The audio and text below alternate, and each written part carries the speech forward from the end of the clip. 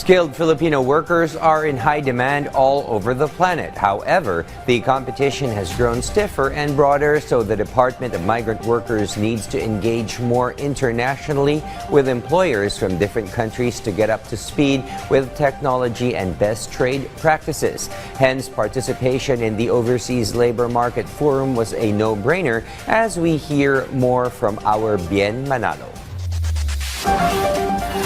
Continued strengthening and deepening of bilateral relations with employers from different countries.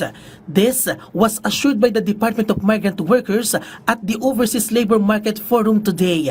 The agency will focus further on the promotion of bilateral cooperation and multilateral engagements that will cater to the welfare of the overseas Filipino workers.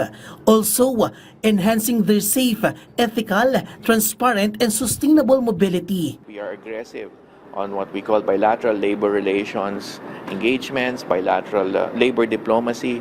The agency's relationship with different sectors continues to enhance the local job market, as well as providing training for the upskilling of workers. The DMW also ramped up its campaign against illegal recruiters and human traffickers. This includes the Anti-Illegal Recruitment and Trafficking in Person campaign, or AIRTIP. We will always have to assume that illegal recruitment and human trafficking is a scourge that continues, but we can't rest because kung hindi, mas marami mabibiktima. Meanwhile, the DMW announced that Japan is scheduled to recruit over 800,000 Pinoy workers in the next 5 years. More than 20,000 of them are headed to the automobile industry to work as taxi drivers. Napakalaking oportunidad ito, lalong-lalo na sa mga kababayan nating mga domestic workers na gusto naman umakyat yung kanilang mga sweldo.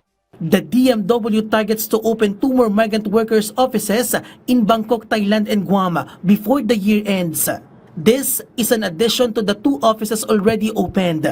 They plan to build 4 or 5 more offices in Africa, Asia and Europe next year. Bien Manalo from the National TV Network for a new and better Philippines.